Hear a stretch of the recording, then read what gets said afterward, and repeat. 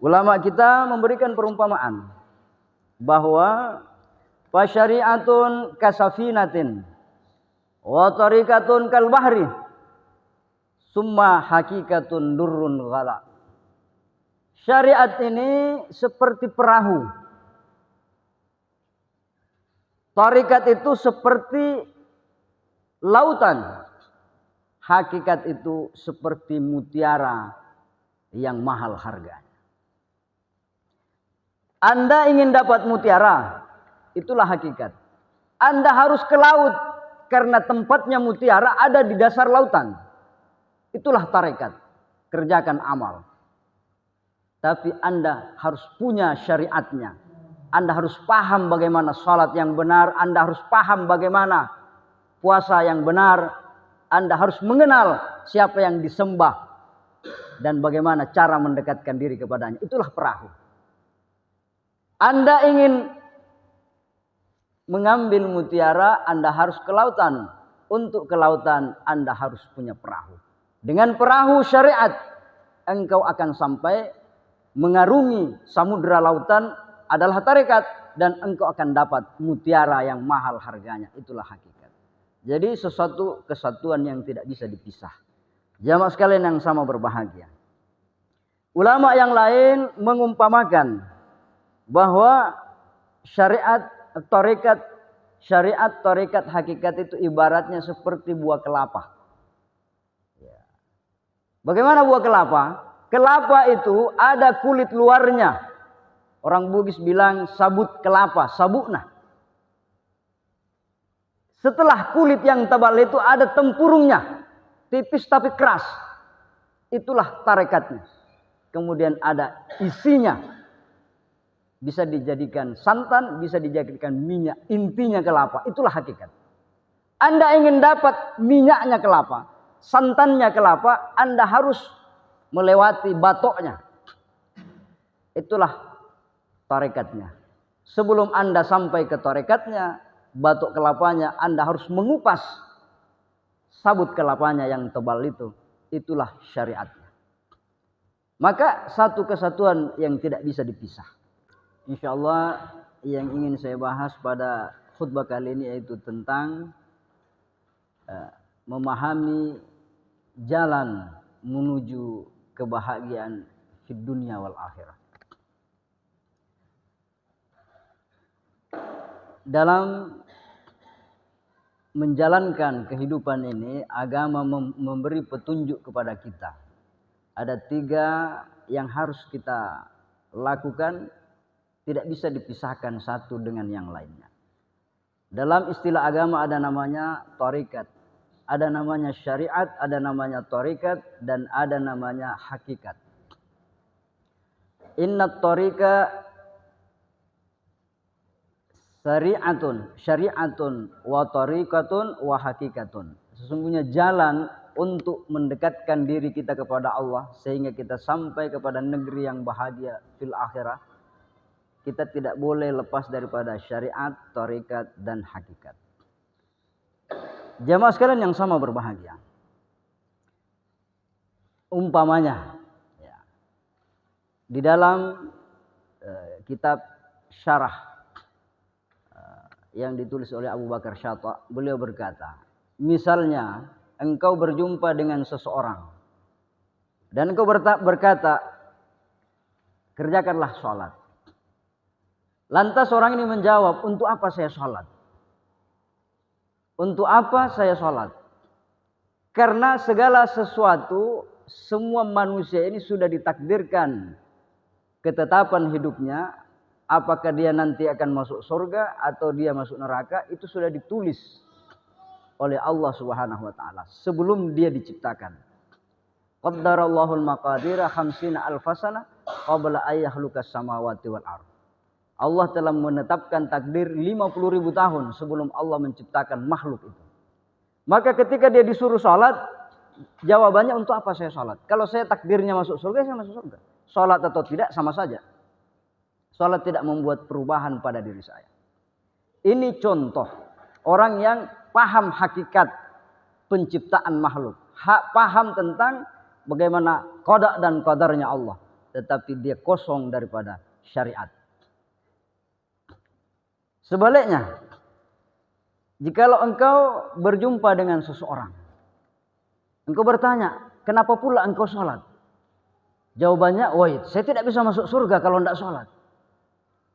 Saya bisa dihukum di neraka kekal abadi selamanya kalau saya tidak mengerjakan sholat. Ini juga terlalu bersyariat tanpa hakikat. Kenapa? Karena yang membuat orang masuk surga bukan amal. Apa kata Nabi? La yadkhulu ahadukum al-jannata bi'amalihi. Yang membuat orang masuk surga bukan amal, tapi birahmatihi. Akan tetapi dengan rahmatnya Allah Subhanahu wa taala, maka orang bisa masuk surga. Jadi dia terlalu bersyariat tapi tidak ada hakikatnya. Makanya kata para ulama, hakikat tanpa syariat, hakikat tanpa syariat itu batal. Syariat tanpa hakikat itu kosong. Jamaah sekalian yang sama berbahagia, maka kita perlu memahami ketika kita membaca surah Al-Fatihah. Anda membaca iyyaka na'budu wa iyyaka nasta'in. Ya Allah, hanya padamu kami menyembah dan hanya kepadamu kami meminta pertolongan. Kita baca berulang-ulang setiap hari tapi kita tidak paham apa makna daripada iyyaka na'budu wa iyyaka nasta'in. Iyyaka na'budu itulah syariat. Iyyaka nasta'inu itulah hakikat. Iyyaka na'budu, hanya kepadamu kami menyembah. Kami yang menyembah. Zahirnya hamba itu yang sholat, dia yang berdiri, dia ruku, dia sujud, dia salam. Pada hakikatnya hamba itu yang beribadah, dia yang ngaji, dia yang berzikir, dia yang bersedekah, dia yang haji, dia yang berpuasa. Tetapi iyyaka nasta'in, di sini hakikatnya. Ya Allah, tanpa pertolonganmu saya tidak bisa sholat. Tanpa hidayahmu saya tidak bisa puasa. Ya Allah, tanpa pertolonganmu saya tidak bisa berbuat apa-apa. Itulah hakikat iyyaka nasta'in. Maka jamaah sekalian yang sama berbahagia, ulama kita memberikan perumpamaan bahwa fasyari'atun kasafinatin wa tariqatun kal bahri summa hakikatun durrun ghala. Syariat ini seperti perahu. Tarikat itu seperti lautan.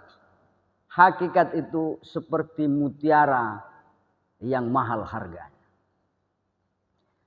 Anda ingin dapat mutiara, itulah hakikat. Anda harus ke laut karena tempatnya mutiara ada di dasar lautan. Itulah tarekat, kerjakan amal. Tapi Anda harus punya syariatnya. Anda harus paham bagaimana salat yang benar. Anda harus paham bagaimana puasa yang benar. Anda harus mengenal siapa yang disembah dan bagaimana cara mendekatkan diri kepadanya. Itulah perahu. Anda ingin mengambil mutiara, Anda harus ke lautan. Untuk ke lautan, Anda harus punya perahu. Dengan perahu syariat, engkau akan sampai mengarungi samudera lautan adalah tarekat, dan engkau akan dapat mutiara yang mahal harganya. Itulah hakikat. Jadi sesuatu kesatuan yang tidak bisa dipisah. Jamaah sekalian yang sama berbahagia, ulama yang lain mengumpamakan bahwa syariat tarekat hakikat itu ibaratnya seperti buah kelapa. Bagaimana buah kelapa? Kelapa itu ada kulit luarnya. Orang Bugis bilang sabut kelapa, sabukna. Setelah kulit yang tebal itu ada tempurungnya, tipis tapi keras. Itulah tarekatnya. Kemudian ada isinya. Bisa dijadikan santan, bisa dijadikan minyak. Intinya kelapa, itulah hakikat. Anda ingin dapat minyaknya kelapa, santannya kelapa, Anda harus melewati batoknya. Itulah tarekatnya. Sebelum Anda sampai ke tarekatnya, batok kelapanya, Anda harus mengupas sabut kelapanya yang tebal itu. Itulah syariatnya. Maka satu kesatuan yang tidak bisa dipisah. Jamaah sekalian yang sama dimuliakan oleh Allah. Maka banyak ulama yang memberikan ibarat. Di antaranya beliau berkata bahwa fasyari'atu wujudul af'ali lillahi wal qiyamu bi syurutil amali biwasitatir rusul. Apa itu syariat? Syariat adalah wujudul af'al, adanya perbuatan hamba yang berupa ibadah. Ya, salat, zikir, tasbih, ya, puasa, ngaji. Adanya perbuatan pada diri hamba, tetapi karena Allah. Karena Allah. Wal qiyamu bi syurutil, dan dia harus melengkapi syarat-syaratnya. Ya, umpamanya sholat Jumat 2 rakaat. Nah, karena dia tidak paham syariat, akhirnya sholat Jumat sama dengan sholat zuhur 4 rakaat. Ya, batal kan. Karena asyiknya dia sholat subuh ditambah jadi 10 rakaat. Itu kan batal. Harus ada syarat-syaratnya. Wal ilmu biwasitatir rusul. Syariat ini harus dipahami. Bagaimana caranya? Kan sudah ada nabi. Nabi ini menyampaikan ilmunya, para nabi ini diturunkan ke para sahabatnya, tabi'in, tabi'in, sampailah kepada para ulama. Maka bergurulah kepada orang yang mengetahui syaratnya. Kemudian jamaah sekalian yang sama berbahagia, wal hakikah.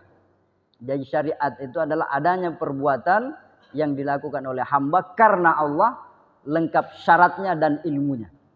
Sementara hakikat adalah syuhudullah, syuhudul af'ali billah.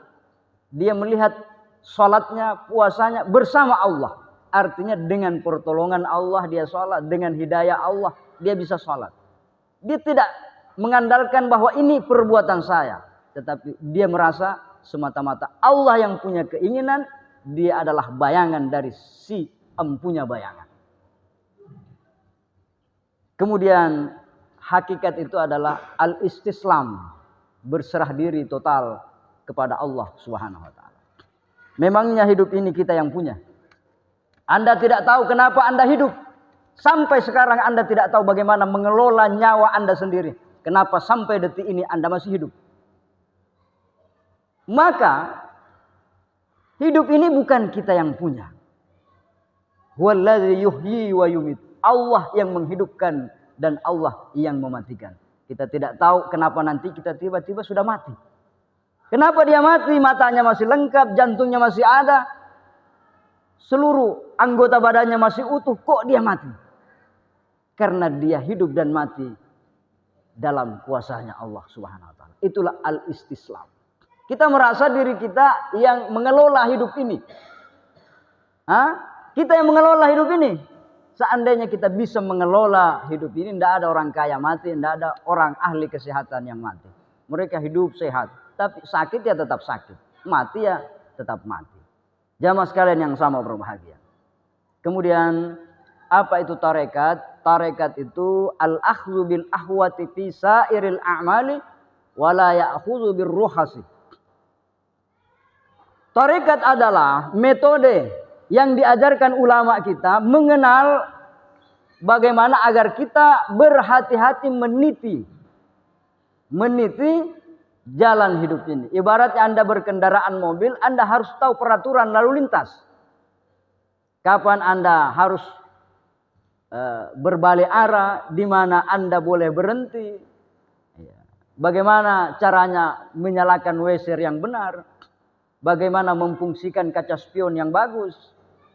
Jadi tarekat itu adalah al-ahwatu, berhati-hati di dalam menjalankan syariat.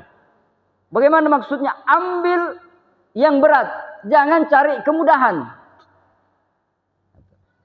Jamaah sekalian yang sama berbahagia, baru kena penyakit katanya bisa cuma dia orang, dia cari yang mudah.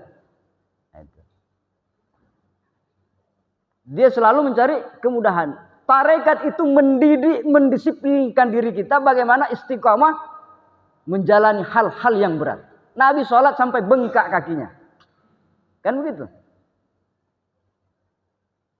Kita cari yang paling mudah. Kalau bisa dijamak, kalau bisa dikasar. Kalau bisa yang dikadakmu. Itu namanya tidak berhati-hati. Yang namanya berhati-hati bukan hanya yang haram kita hindari. Yang syubhat, yang tidak jelas asal usulnya, itu yang dihindari. Itu namanya al-ahwat, berhati-hati. Dia tidak memakan hal syubhat karena dia takut terjatuh dalam yang haram. Masalahnya kita lebih takut kepada babi daripada uang haram. Kalau babi, oh no. Minuman keras, no. Tapi uang sogokan, uang macam-macam. Ini kan uang jini, tidak apa-apa jini, hadiah kita. Ini namanya kurang berhati-hati dalam menjalankan syariat. Kenapa? Karena dia tidak bagus tarekatnya.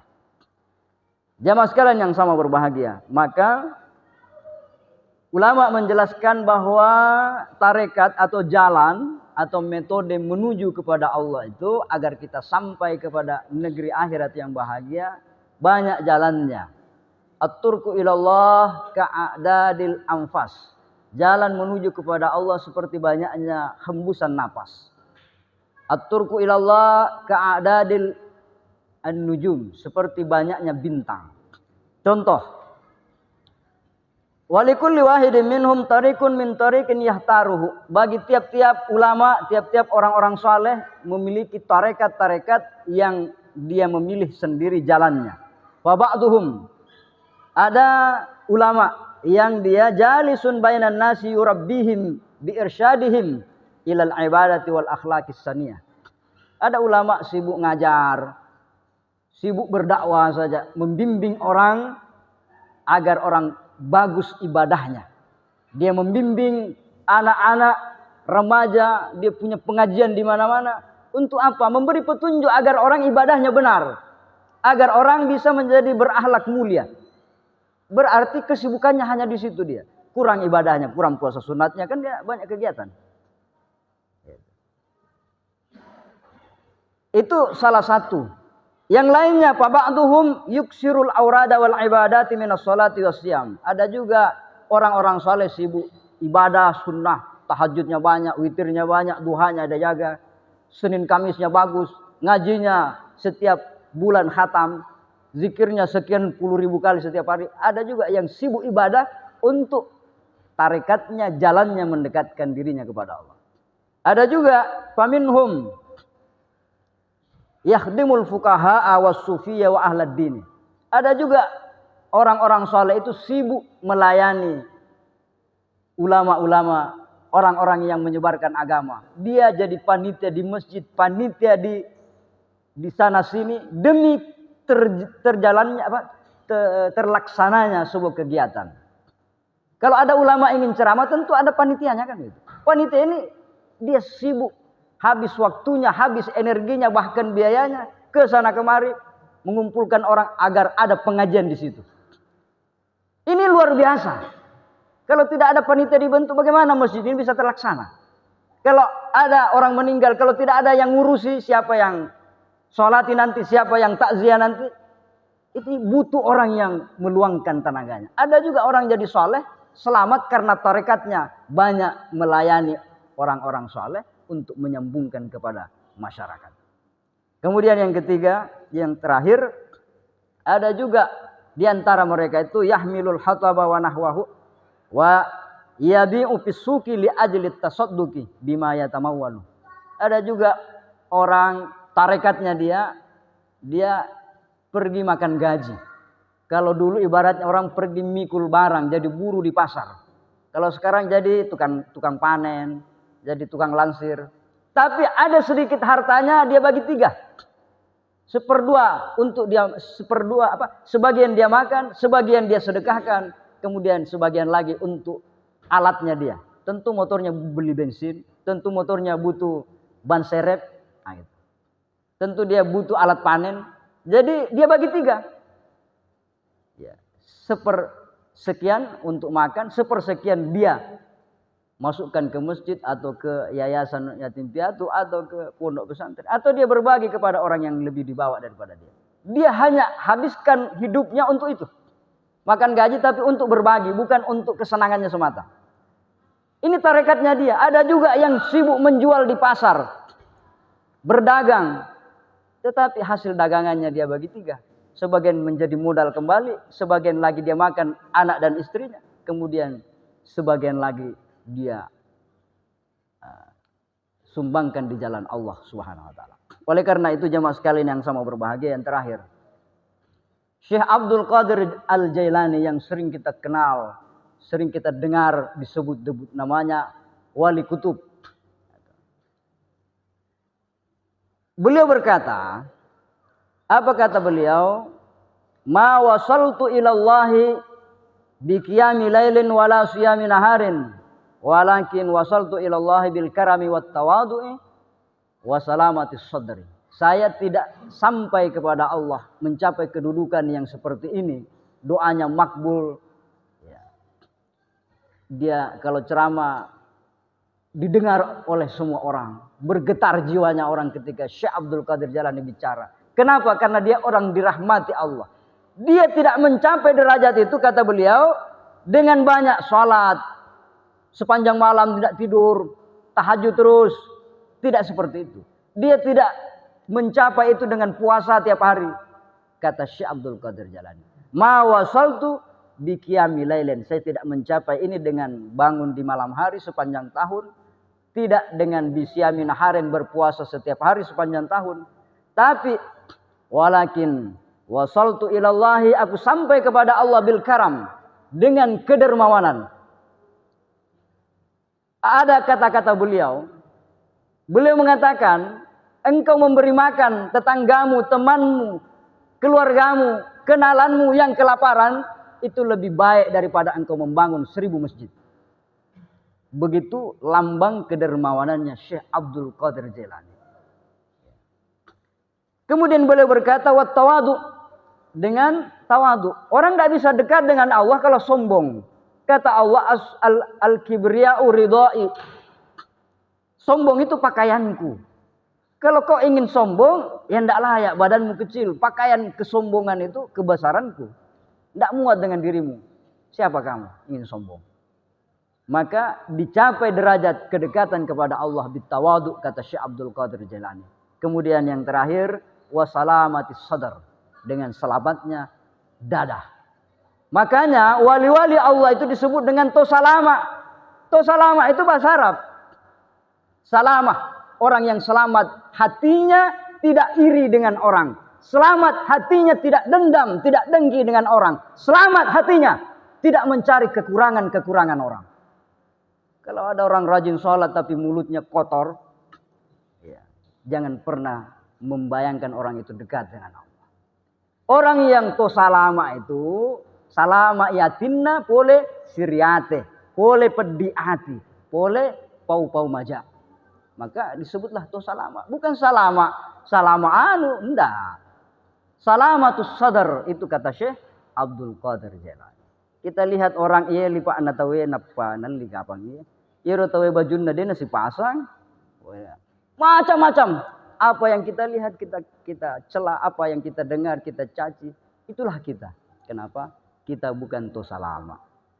Barakallahu li wa lakum fil Qur'anil azim wa nafa'ni wa iyyakum bima fihi minal ayati wa dzikril hakim.